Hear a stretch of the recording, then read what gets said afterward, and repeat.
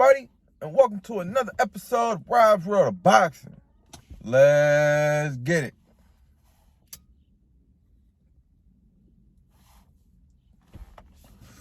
Alright. I want to get into this fight night preview video. The fight transpired June 25th, 2022 in San Antonio, Texas on DAZN. It's for the WBC Junior Bantamweight title. Junior Bantamweight is 115 pounds, if you didn't know. The main event is a 12-round contest between Jesse Bam Rodriguez and Soringside. It's going to come on at 8 p.m. Eastern Time. 8 p.m. Eastern Time on DAZN. All right, let's jump into the contests. The main event, Jesse Bam Rodriguez versus Soringside. Jesse Bam Rodriguez is 15-0 with 10 KOs, 22 years of age. He's a southpaw. He stands at 5'4". He's from he has a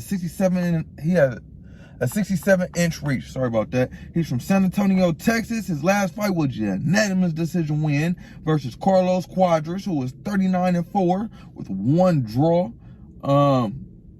I would say his key opposition up to this, point in his career was Carlos Cuadras.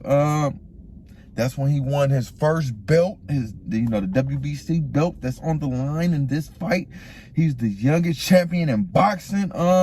Jesse Bam Rodriguez being. And he trained by Roberto Garcia, in my opinion, when he retires, a Hall of Fame boxing trainer. Yeah, man, he's the truth, man. Let's get into his opponent, Soringside. Soringside is 50-5 with one draw. He's a southpaw. He stands at 5'3" with a 63.5-inch reach. He's from Thailand. His last fight was a third-round corner stoppage win versus some guy who was 50-7 with one draw. His last name was Sinai. And that fight transpired March of 2021. A key opposition that Soringside had on his resume, is a fourth-round KO win versus Roman Chocolatito Gonzalez, when Chocolatito Gonzalez was 46-1 after he put the one on him from scoring a majority decision win against Chocolatito Gonzalez, when Chocolatito Gonzalez was ranked the #1 pound-for-pound fighter in the world, which I never agreed with. I don't know why ESPN be doing that shit, putting people who, I know why, actually I do know why they do it, because I feel like they're very biased, to us, man. But yeah, they had Chocolatito Gonzalez, the #1 pound-for-pound fighter in the world, and Soringside showed ESPN why he's not the pound-for-pound fighter in the world. He's no Floyd Mayweather.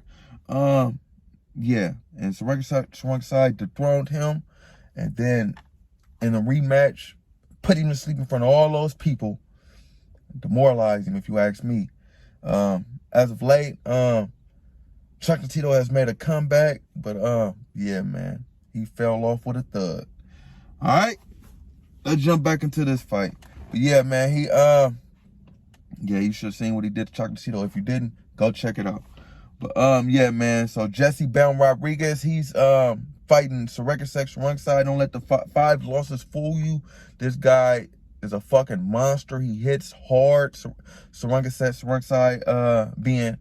And Jesse Bam Rodriguez, he's the youngest champion in boxing. So he's, going up against a veteran at 115 pounds.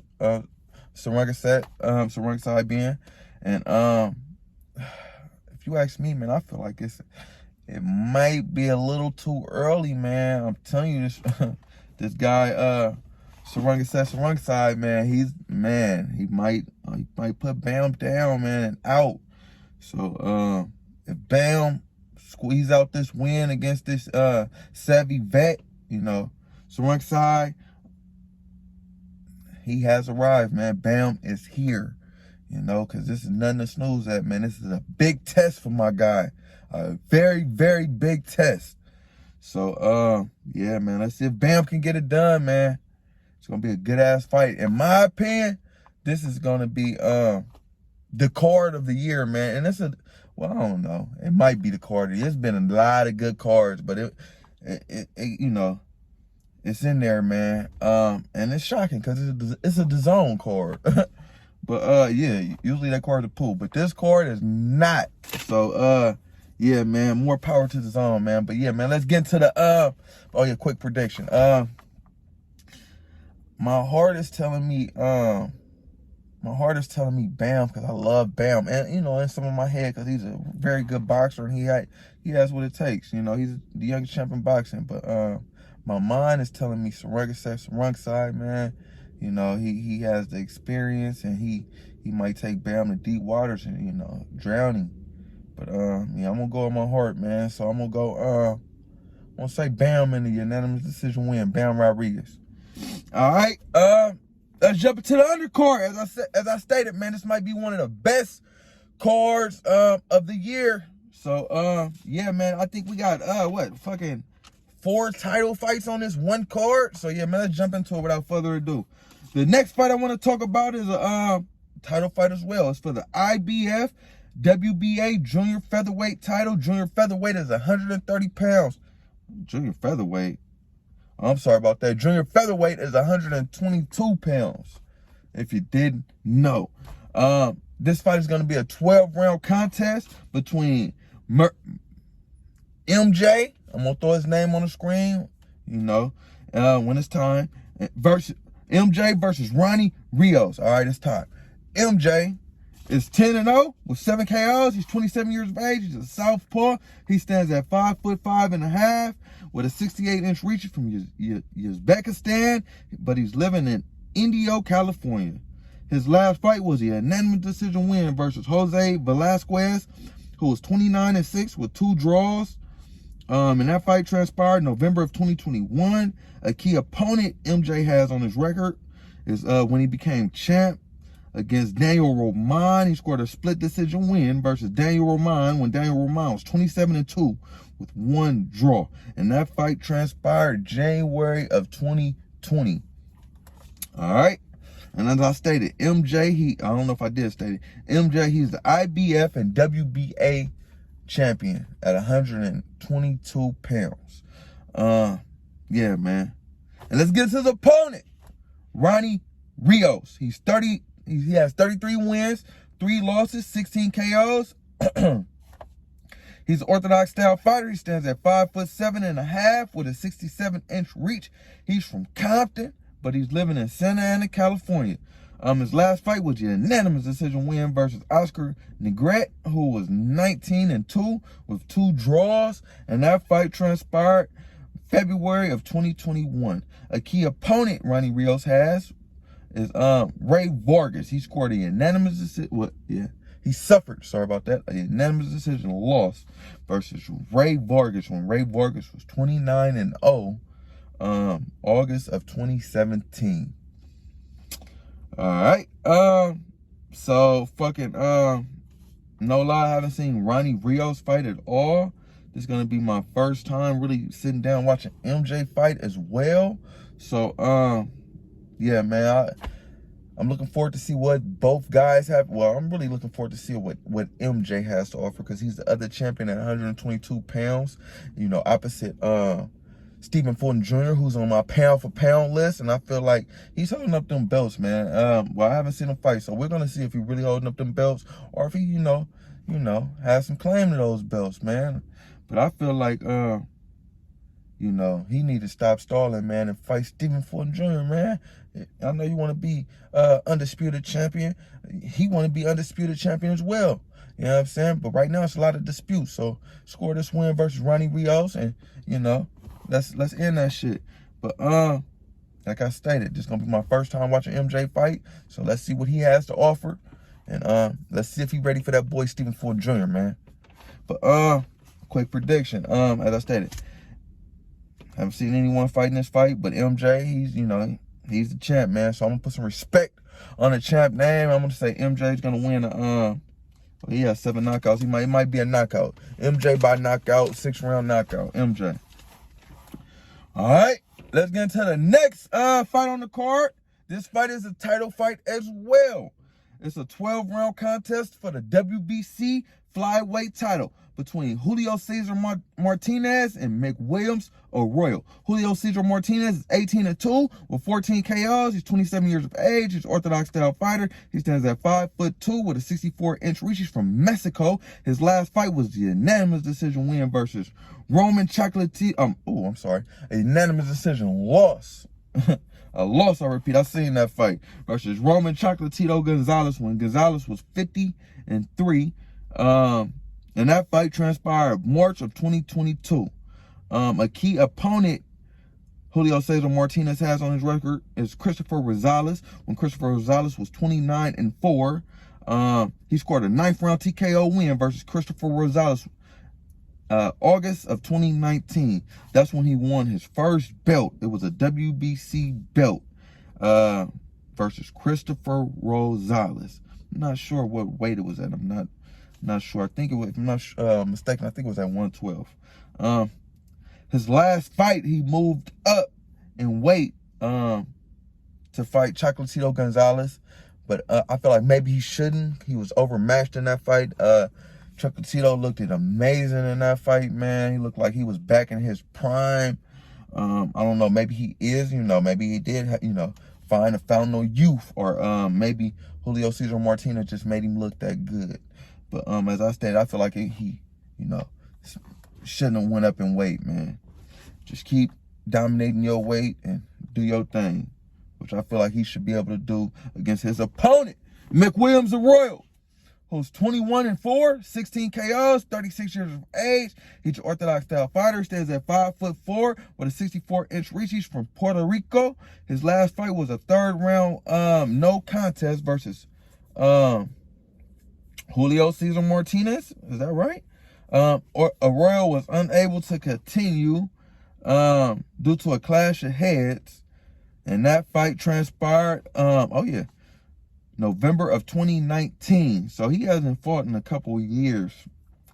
Arroyo being a key opponent McWilliams Arroyo has on his record was a unanimous decision loss to Roman Chocolatito Gonzalez. So both fighters have lost to Gonzalez, and he lost to Gonzalez when he was 44-0. So when Gonzalez was at the top of his game, April of 2016, which is nothing to be ashamed about. But I don't know, who those other 3 losses came to. So yeah, maybe those were something to be ashamed about. I haven't seen McWilliams Arroyo fight. It's going to be my first time. I have seen Julio Cesar Martinez fight. He's a pretty damn good fighter. So I say Julio Cesar Martinez is going to win this fight by dramatic knockout. Yeah. And jump back on the scene, man. He does have 14 KOs and 18 fights. So yeah, he be knocking shit out for a little man. All right.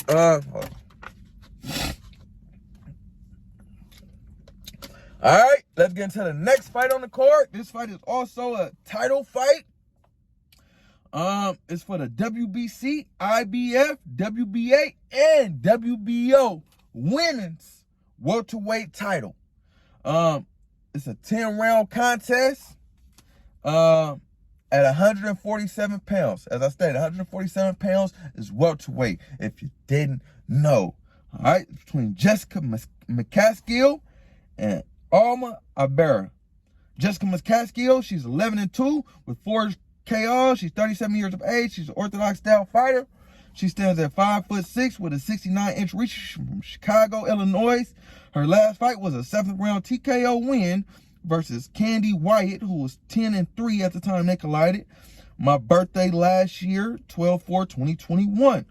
And the key opponent Jessica McCaskill has on her record is Cecilia Brakowicz, who was 36-0. She scored a majority decision win versus Cecilia Brakowicz.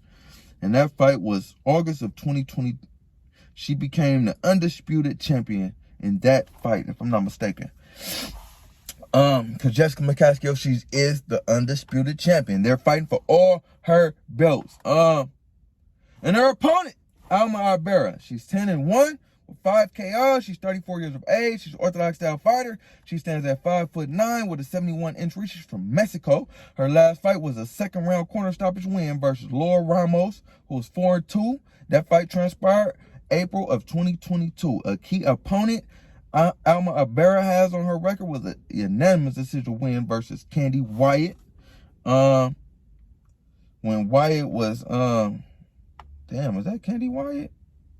Maybe it's not. Maybe it's not. I'm gonna put it on the screen, let y'all see what it is. Maybe it's a typo. All right. But anyway, that fight happened August of 2020. Sorry about that. In El Cajon, man. And fucking at the casino in El Cajon, man. Fucking, I didn't even know they have fights in that motherfucking blood. I be going to San Diego a lot. I'm gonna have to check it out next time I go and see if they have a fight in that, in that thing. But Jessica, I feel like Jessica McCaskill should get the job done versus her opponent Alma Ibarra. I seen Jessica McCaskill, I think, a couple times in there, man. She's a pretty skilled woman, and yeah, man. I'm not gonna lie, it's not too many pretty skilled women, man, in boxing. So, I tried to watch a lot of women fights. They're kind of hard to watch, man. Except a select few, and she's one of those select few. So I feel like she should make easy work of her opponent and cruise to another W, to retain her belts. All right, let's get into the next undercard fight. I'm just gonna speed these ones up. They're not title fights. I'm gonna, run through it. Video running kind of long. All right. This fight is a 10-round contest at featherweight. Featherweight is 126 pounds. If you didn't know, it's between Raymond Ford and Richard Medina. Raymond Ford is 11-0 with 6 KOs. He's 23 years of age. He's a southpaw. He's a southpaw. He stands at 5'7". He's from Camden, New Jersey. His last fight was a split decision win versus Edward Vasquez, who was 11-0. That fight transpired February of 2022. A key opponent Raymond Ford has was a split decision win versus Aaron Perez, who was 10-0. And that fight transpired March of 2021 in an 8-round contest, man. Raymond Ford, as I stated, he's been fighting pretty stiff competition. He's fought 2 undefeated fighters already this early in his career, man. So yeah, man, they're pushing him along right. They're not just giving him tomato cans and cab drivers to fight. Yeah, man, they got him in there with another undefeated fighter. His opponent, Richard Medina. He's 13-0 with 7 KOs. He's 21 years of age. He's an orthodox style fighter. He stands at 5'6". He's from San Antonio, Texas. His last fight was a 7th-round corner stoppage win versus Armando Ferrusto, who was 9-2-1, and that fight transpired March of 2022. Richard Medina has no key opposition as of the moment. I would say Raymond Ford will be his key opposition. So let's see if he can get the job done versus Raymond Ford, or Raymond Ford could, continue his winning ways against undefeated fighters, which I feel like he should do. I really, really like Raymond Ford. All right, but let's get into the next fight on the card. It's an 8-round contest at lightweight. Lightweight is 135 pounds, if you didn't know. It's between Mark Castro and Omar Castillo. All right, Mark Castro is 7-0 with 5 KOs. He's 22 years of age. He's an orthodox style fighter, stands at 5'7". He's from Fresno, California. His last fight was a unanimous decision win versus Pedro Sharabai, who was 7-4 with 1 draw. That fight transpired May of 2022. Mark Castro has no key opposition on his record, which is to be expected. He's only 7-0. All right, let's jump to his opponent. Omar Castillo. He's 7-4 with 4 KOs. He's 26 years of age. He's orthodox style fighter, stands at 5'9". He's also from Texas. Mark Castro wasn't from Texas, my mistake. But yeah, Omar Castillo, he's from Texas. His last fight was an unanimous decision loss. I repeat, a loss to Corinne McGowan, who was 4-0, May of 2022. And Omar Castillo, I'll say a key opponent on his record was Richard Medina. When Richard Medina was 9-0, he suffered a unanimous decision loss versus Richard Medina, June of 2019. And as I just stated, Richard Medina, he's in the previous bout. So yeah, feel like Mark Castro should continue his winning ways against an opponent who's 7-4.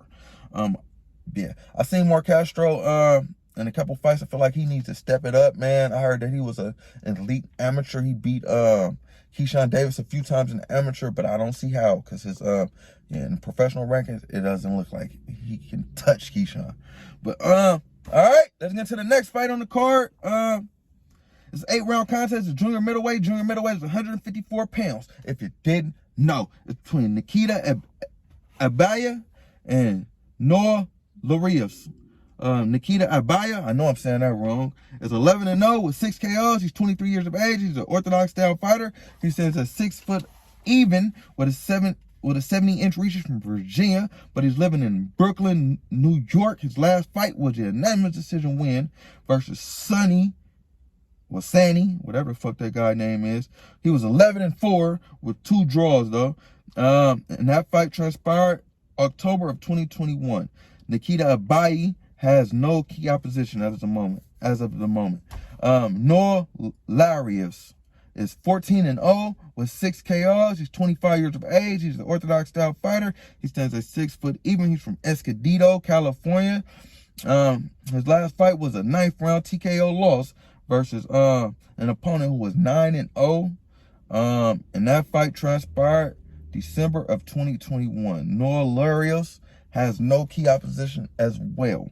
I haven't seen any of these guys fight, so it's gonna be something new from me watching both of these guys in the ring. I'll let you know what I think in my post-fight video. But yeah, man, it's gonna be an exciting night of boxing, man. It's a hell of a card for DAZN. As I stated, it might be the card of the year.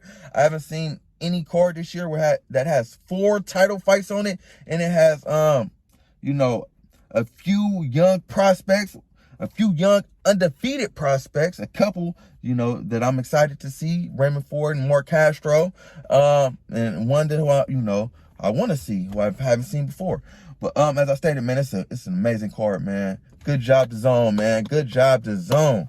Because y'all cards usually are nothing to write home about, but this one is. But yeah, man, if you can, check it out, man. It's going to be a good one. All of them, man. But yeah, man, like, comment, subscribe, all that shit, people. Rob's Road of Boxing. Yeah.